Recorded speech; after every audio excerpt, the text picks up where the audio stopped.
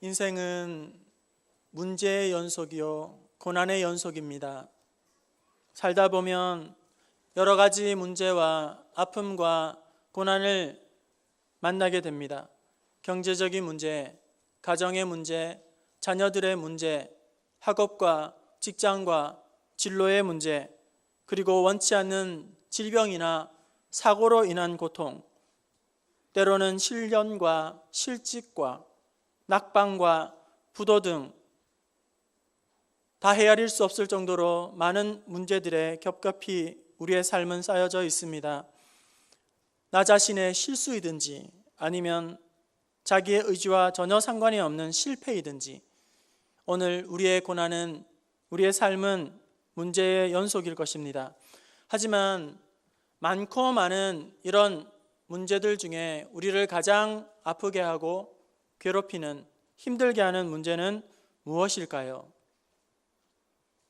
가장 힘들게 하고 고통스러운 문제는 단연 인간 관계에서 오는 문제라고 할 것입니다.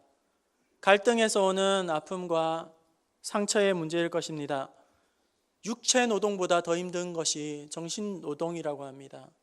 육체적인 고통보다 더 힘든 것이 정신적인 고통이요 괴롭게 하는 것입니다. 눈에 보이는 육신의 질병도 대단히 힘들지만 눈에 보이지 않는 정신적인 질병이야말로 참으로 답답하고 우리를 고통스럽게 합니다. 돈을 좀 손해보는 것은 아무것도 아닙니다. 몸이 좀 피곤하고 고단하고 힘든 것도 아무것도 아닙니다. 그렇게 내가 믿고 있던 사람에게 배신을 당한다거나 그렇게 함께 신앙생활하던 사람에게 상처를 받고 관계가 틀어지고 실망하고 깨어지는 것, 그것이야말로 가장 힘들고 고통스러운 일일 것입니다. 그래서 우리는 관계 속에서 천국을 경험하기도 하고 지옥을 경험하기도 합니다. 우리의 인생의 가장 행복한 순간도, 가장 즐거운 순간도 관계 속에서 오는 것이고, 그리고 가장 고통스럽고 괴로운 순간 또한 관계 속에서 우리는 오게 되는 것입니다. 그렇기 때문에 우리는 이런 관계를 소중히 여겨야 합니다. 그리고 잘 가꾸고 또 관계의 문제를 잘 다룰 수가 있어야 합니다. 그래서 이 관계의 깨어짐으로 말미암아 오는 갈등을 씁쓸한 결말과 깨어짐의 아픔으로 그렇게 만드는 것이 아니라 더 좋은 관계로의 승화시킬 수 있도록 우리는 좋은 성품과 인격과 그리고 태도를 훈련하고 준비해야만 하는 것입니다. 오늘날 많은 사람들이 이런 관계의 문제로 말미암아 힘들어합니다. 갈등에서 오는 상처와 아픔으로 말미암아 아파하고 괴로워합니다. 고통을 받고 신음하며 눈물 흘립니다. 잠을 잘 이루지 못하는 사람이 있습니다. 심하게는 아무것도 할 수 없는 그런 삶이 무너져버린 사람도 있습니다. 직장 상사와의, 동료와의 틀어진 관계 때문에, 그리고 가까운 친구와 이성의 문제 때문에, 그리고 가장 친밀한 가족과 형제, 자매와의 관계 때문에 마음에 씻을 수 없는 아픔과 상처 때문에 괴로워하고 고통받는 사람들이 많습니다. 최근에 추석날 키우는 반려견 때문에 반려견 문제로 남편을 살해하는 충격적인 사건이 발생하였습니다. 추석날 저녁에 자신이 기르던 강아지가 짖는 것에 화를 내는 남편과 다툼을 하던 40대 아내가 흉기를 휘둘러서 그 남편을 살해한 안타까운 사건입니다. 경찰 조사에서 아내는 이렇게 말했습니다. 강아지가 짖는 것을 보고 남편이 소리를 지르고 욕을 하자 이를 말리던 중에 말다툼을 벌이다가 화가 나서 흉기를 휘둘렀노라고 그렇게 이야기하였습니다. 남편은 평소에 강아지가 짖는 것이 대단히 스트레스를 그렇게 받고 있었고 또한 그 가운데 아내 또한 스트레스를 심하게 받아왔던 것으로 보입니다. 이 사건이 벌어지고 인터넷상으로는 말잔치가 벌어졌습니다. 요즘 여자들 너무 무섭다. 강아지가 서열 1순위였네. 이 여성에게 남편은 애완견만도 못하네.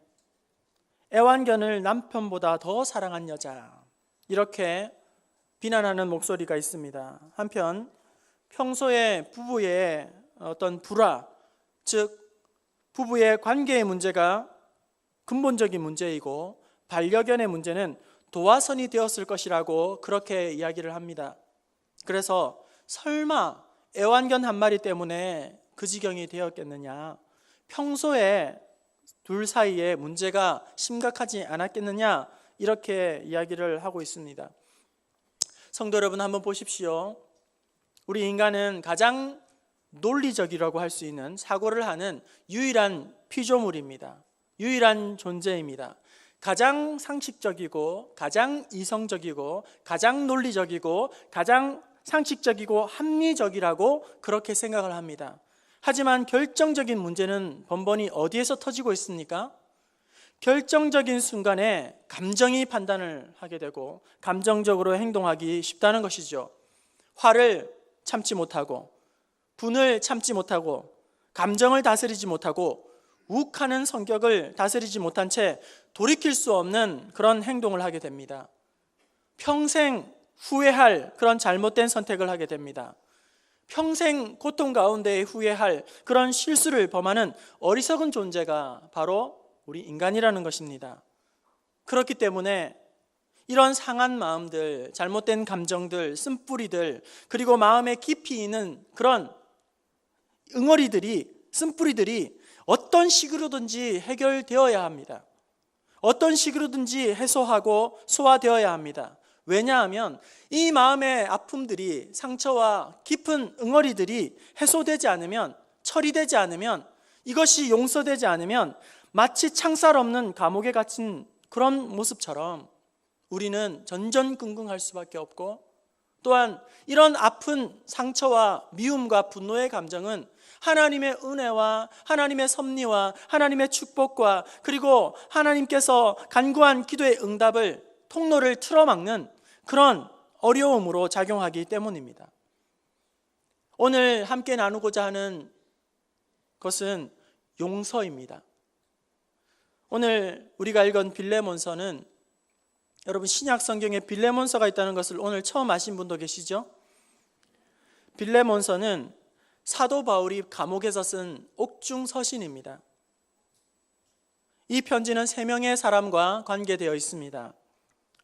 편지를 이제 보내는 발신자인 사도 바울과 그 편지를 받는 수신자인 빌레몬과, 그리고 이 모든 문제의 발단이라 할 수 있는, 문제의 근원이라 할 수 있는 이 문제를 제공한 오네시모라는 3사람에 관계된 문제입니다. 바울이 이 편지를 쓰게 된 배경을 잠시 살펴보면 빌레몬의 집에는 오네시모라는 종이 있었습니다. 이 종은 빌레몬의 집에서 가사를 돕는 그런 종속되어 있는 일을 하는 사람입니다.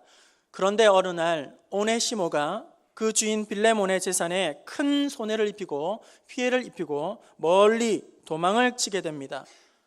도망을 친 이후에 잘 먹고 잘 산 것이 아니라 로마의 감옥에 갇히게 되었는데, 그곳에서 사도 바울을 극적으로 만나게 되었던 것이죠. 사도 바울을 만난 이 오네시모는 그곳에서 회개하고 복음을 듣고 그리스도로 말미암아 회심하는 은혜를 경험하게 됩니다. 이에 사도 바울은 빌레몬, 잘 알고 있는 빌레몬에게 과거에 이전에 오네시모를 용서해 달라고, 그리고 용서하는 것으로 그치는 것이 아니라 이제는 나와 같은 형제로, 종이 아니라 형제로 받아줄 것을, 존중히 여길 것을 부탁하고 있는, 간구하고 있는 편지를 지금 쓰고 있는 것이죠. 그러니까 이 3사람의 삼각관계는 가해자와 피해자와 그리고 그 가운데 있는 중재자, 삼각형의 그런 구도를 가지고 있는 것입니다. 오늘 설교 말씀을 통하여서 이 3사람의 각각의 입장에 대해서 함께 생각을 해보려고 합니다.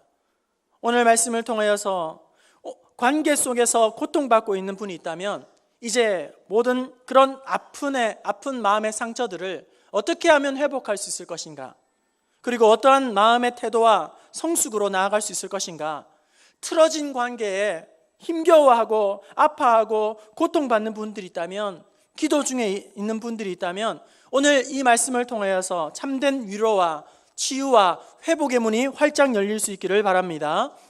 먼저 오네시모를 살펴보겠습니다.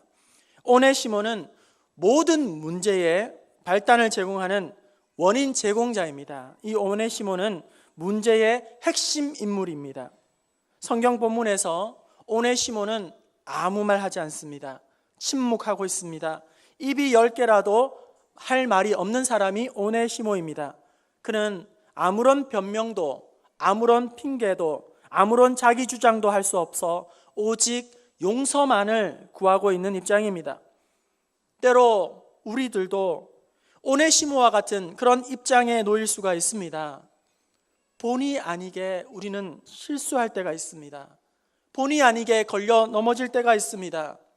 자기의 의지와 상관없이 일이 꼬이고 관계가 틀어질 때가 있습니다.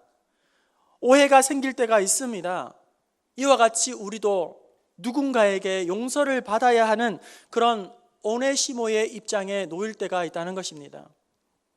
그런데 성도 여러분, 어떤 분들을 만나게 되면 얼마나 잘났는지, 얼마나 대단한지, 얼마나 똑똑한지 자기는 아주 실수를 흠이 없는 사람들처럼 착각하고 있는 사람들이 있다는 거예요. 자기는 아무런 실수도 흠도 하지 않은, 실수도 할 줄 모르는, 그래서 실수가 없는 사람처럼 말하고 생각하고 행동하고 남을 몰아붙이는 그런 사람이 있다는 거예요. 내로남불이라고 자기에게는 한없이 너그럽고 관대하면서 다른 사람들에게는 얼마나 날카롭고 또 냉랭하게 그렇게 지적을 하는지 몰라요.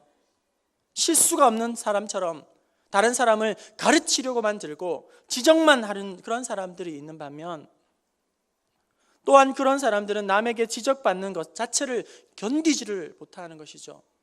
약이 되는 쓴소리를 하면 그 사람과 원수를 삼으려고 하고 적이 되고 마는 사람인 것이죠.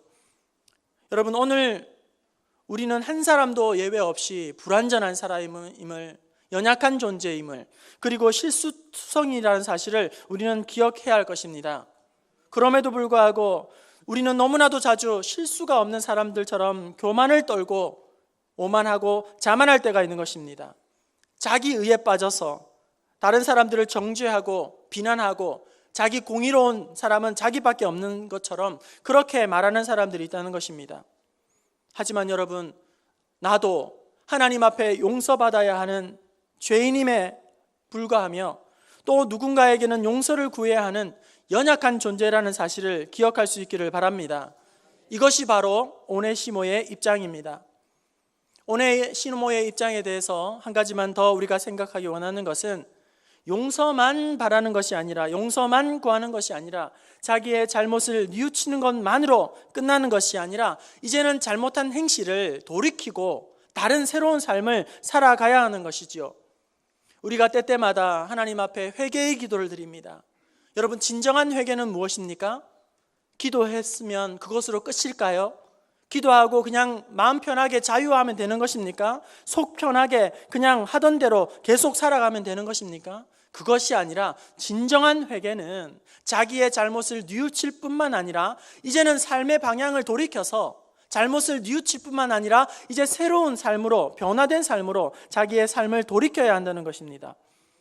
진정한 용서는, 회개는 용서를 구하는 것만으로 끝이 나면 안 되는 것이죠. 오늘 본문 말씀 11절과 12절에 보면, 우리 11절과 12절 말씀을 함께 읽어볼까요? 11절 12절입니다. 시작. 그가 전에는 내게 무익하였으나 이제는 유익함으로 내게 그를 돌려보내노니 그는 내 신복이라. 네, 이전에는, 그리고 이제는 이렇게 나오지 않습니까? 오네시모가 이전에는 그릇 행하고 잘못된 행실을 범하였지만, 실수를 하였지만 이제는 완전히 새 사람이 되었다는 것입니다. 달라졌다는 것입니다. 변화되었다는 것입니다.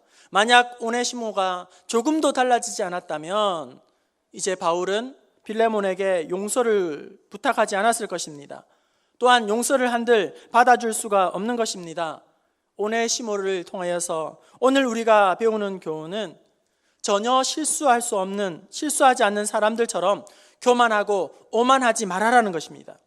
자기 의에만 빠져 살지 말라는 것입니다. 교만은 패망의 선봉이요 거만한 마음은 넘어짐의 앞잡이니라 말씀합니다. 선줄로 생각하는 자는 넘어질까 조심하라 이렇게 말씀합니다. 그리고 오네시모를 통해서 우리가 배우는 교훈은 그런 실수를 하고 남에게 손해를 입히고 상처를 입히고 괴롭힌 사람들은 용서만을 구하고 그리고 뉘우치기만 하는 것이 아니라 회개하고 자기의 잘못된 행실을 이제는 돌이키고 새로운 변화로 나아가야 한다는 것입니다. 두 번째로 살펴볼 사람은 수신자 빌레몬입니다. 오네시모는 용서를 그저 받기만을 구하는 사람이요 또 빌레몬은 이제는 용서를 해 주어야 하는 그런 입장의 사람입니다. 여러분에게 묻겠습니다. 이 두 사람 중에 여러분은 어느 편에 서 있기를 원하십니까? 오네시모의 입장이고 싶습니까? 빌레몬의 입장이고 싶습니까?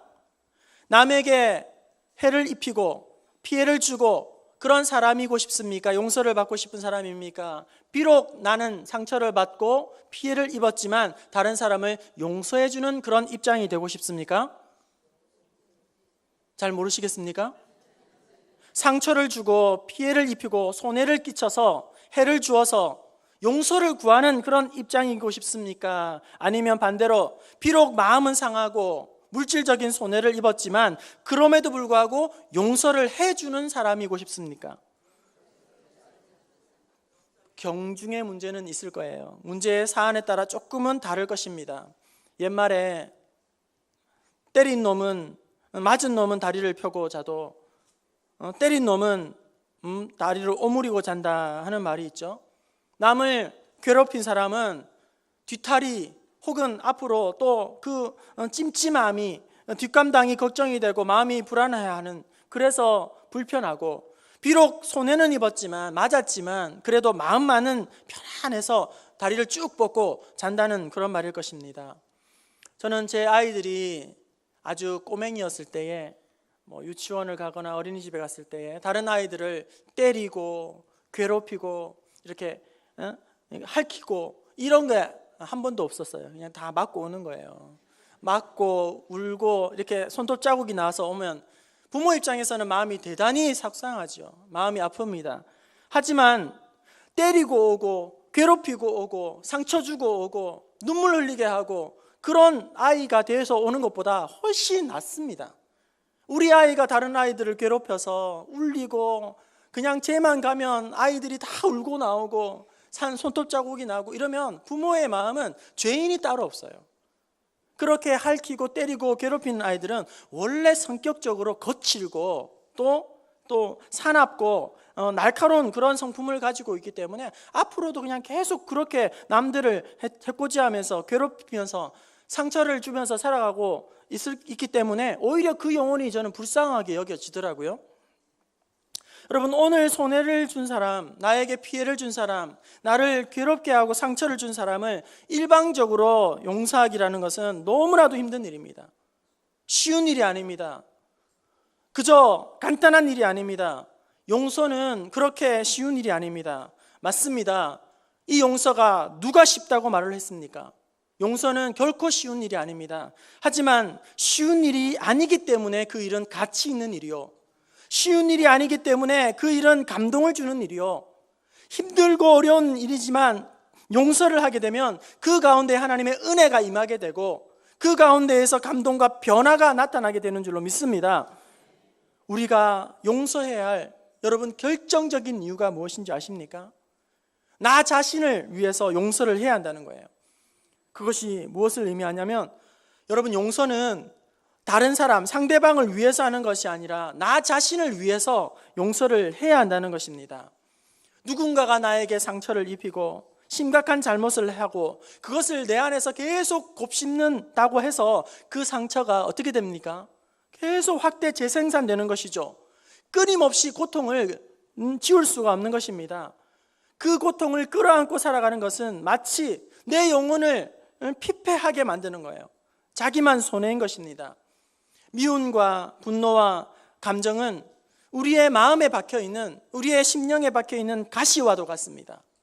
여러분, 가끔씩 우리의 몸에 작은 가시가 이렇게 박힐 때가 있지 않습니까? 그 가시를 그냥 내버려 두면 얼마나 그 가시가 불편한지 몰라요. 조금만 스치기라도 하면 그것이 막 기분이 상하고 신경이 곤두서고 그렇게 아프고, 그런데 여러분, 이 가시를 그대로 두면 한 열흘 정도 지나고 나면 자연히 골마서 이렇게 빠져나오기도 합니다. 하지만 그 아픈 가시를 어떻게 해요? 바늘로 이렇게 건드려서 빼내면 이제 그 다음에는 후련하게 되는 것이죠. 바늘로 빼내는 그 순간은 너무 아픕니다.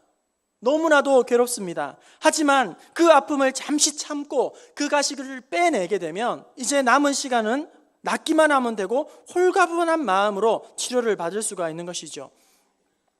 여러분, 오늘 누군가가 누군가에 대한 미워하는 마음이 있다면, 불편한 마음이 있다면, 분노와 정죄와 화가 있다면, 그것이 나의 심령에 가시로 박혀 있었다면 그것을 속히 빨리 빼내시기를 바랍니다. 몸에 있는 가시도 빨리 빼내야 돼요.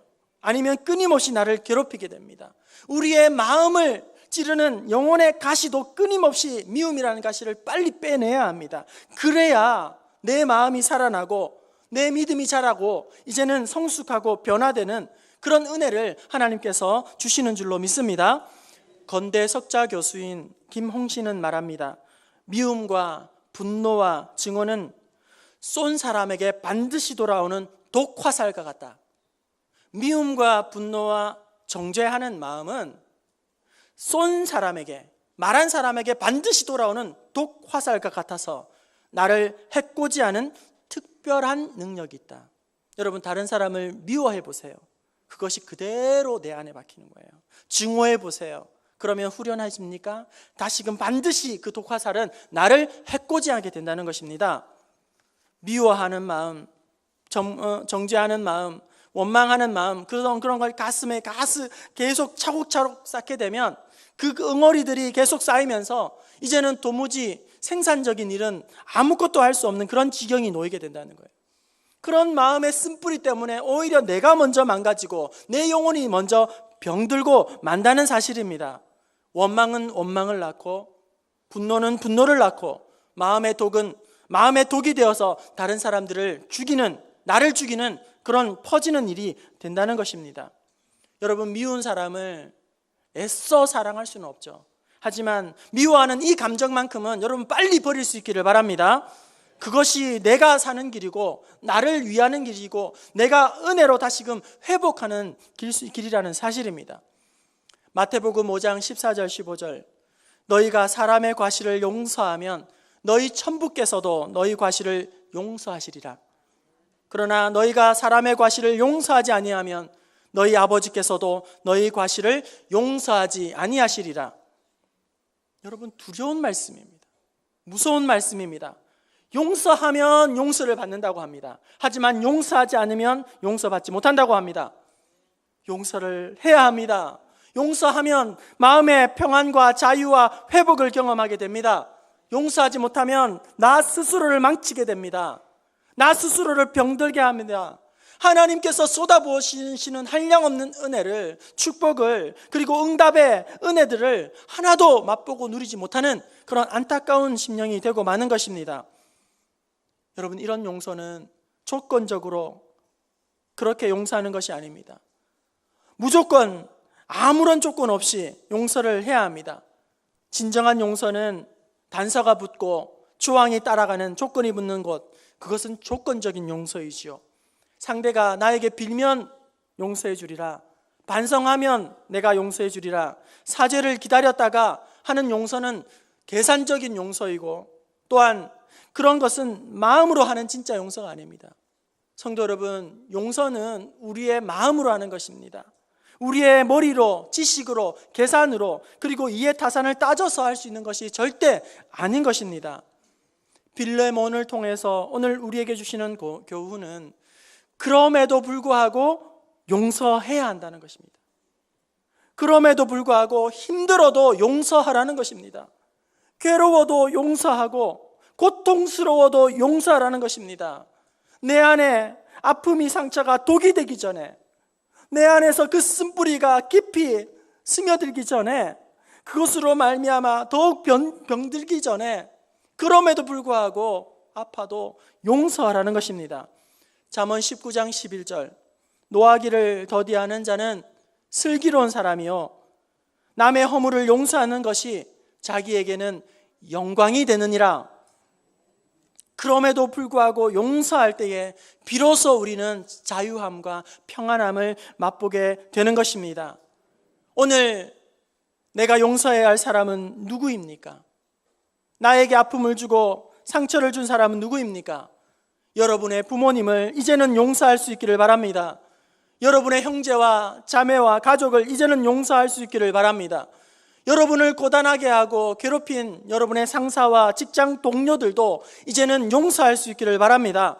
나를 함부로 대하고 나의 마음에 상처를 안겨준 그 사람 또한 이제는 내려놓고 용서할 수 있기를 바랍니다.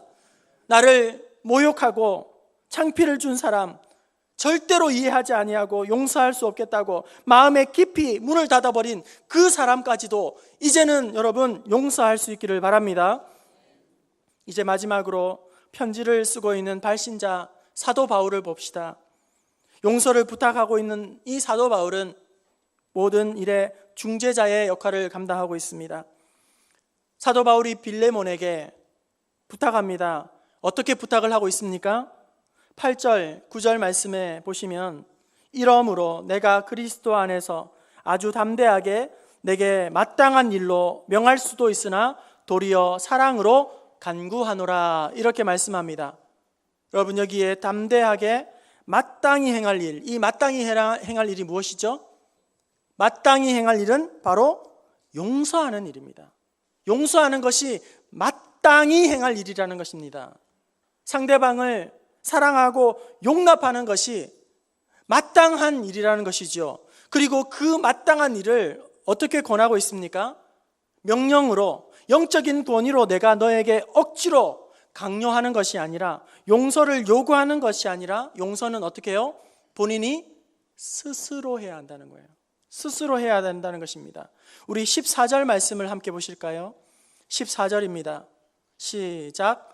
다만 내 승낙이 없이는 내가 아무것도 하기를 원하지 아니하노니 이는 너의 선한 일이 억지같이 되지 아니하고 자의로 되게 하려 함이니라. 너의 승낙이 없이는 나는 아무것도 하지 않을 것입니다. 그리고 이 선한 일이 어떻게 해요? 억지로 되지 않습니다. 자원하는 마음으로 자기 스스로 그것을 해야 합니다. 그 해야 할 일은 무엇입니까? 용서라는 거예요. 여러분, 용서는 강요로 되는 것이 아닙니다. 억지로 되는 것이 아닙니다. 이 용서는 마지 못해서 하는 것이 아닙니다.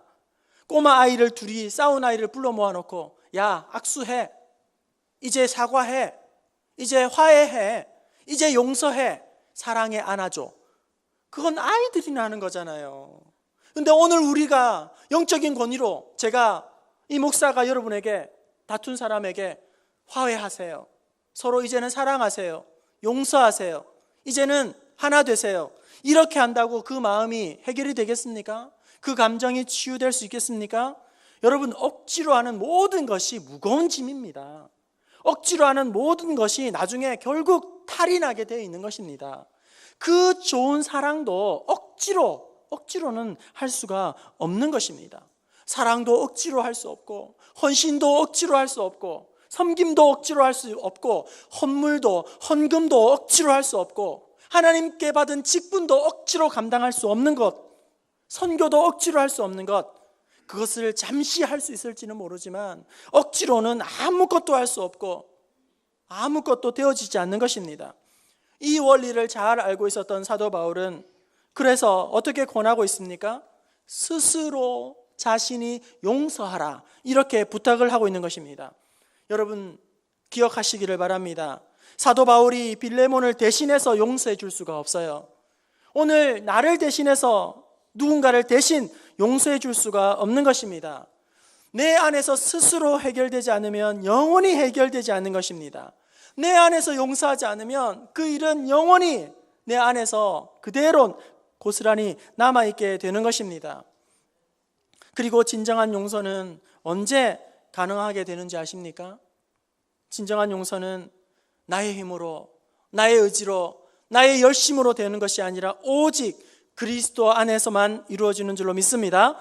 편지를 쓰고 있는 이 사도 바울은 반복적으로 강조하고 권면하는 것이 있습니다. 그것이 무엇일까요? 그리스도 안에서 용서라는 것입니다. 3절에 보면 이 편지의 시작도 하나님 아버지와 주 예수 그리스도로부터 은혜와 평강이 너희에게 있을지어다, 이렇게 문안을 하고 있습니다. 8절에서도 그리스도 안에서, 20절에는 주 안에서 너로 말미암아, 그리고 내 마음이 그리스도 안에서 평안하게 하니라. 반복해서 강조하고 있는 것이 무엇입니까? 하나님의 은혜 안에서 그리스도로 말미암아 그리스도 때문에 용서하라는 것입니다. 여러분 잘 보십시오. 잘못된 사람을 용서할 때에 그 용서의 동기가 어디에서부터 출발하고 있습니까?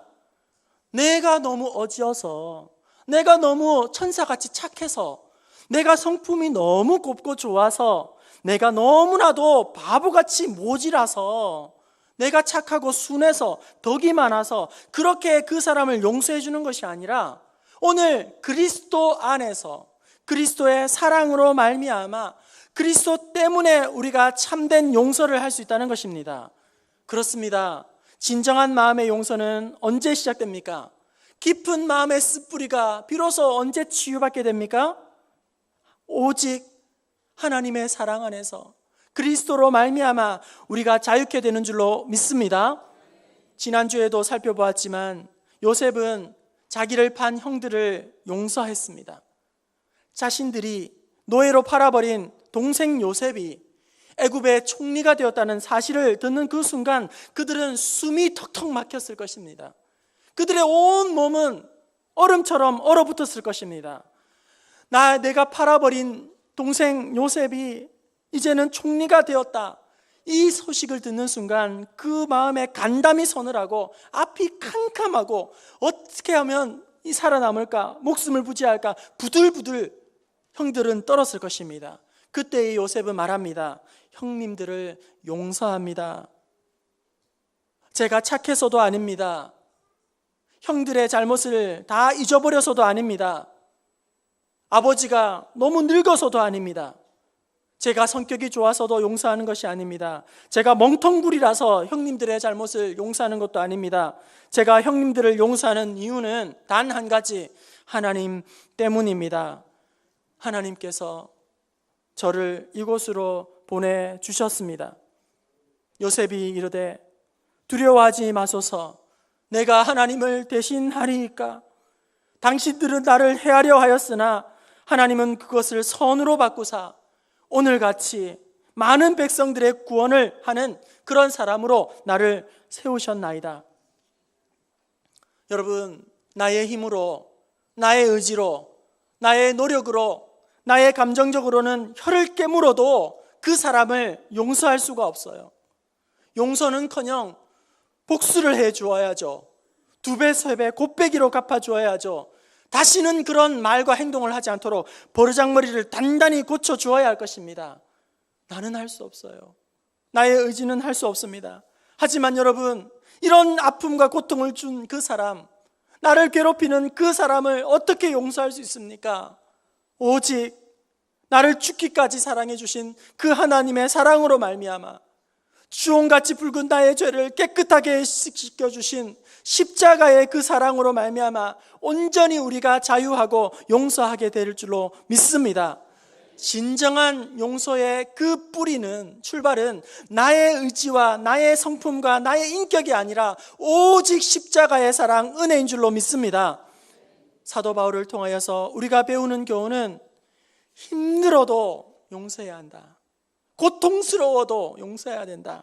그리고 그 용서는 나의 힘과 나의 의지가 아니라 오직 십자가의 은혜로, 주님의 사랑으로, 한량없는 능력으로 감당해야 한다는 것입니다. 또 한 가지 제가 간절히 바라는 것은 우리 부평중앙교회 안에 이런 사도 바울과 같은 중재자들이 많이 세워지기를 원합니다. 분쟁이 있는 곳에 그 사람이 들어가서 윤활 역할을 하는, 깨솜군 같은 역할을 하는 그 사람만 들어가면 싸움이 벌어져. 그 사람이 싸움을 부추겨. 말을 자꾸 날라올려. 그 사람이 가면 트러블 메이커야.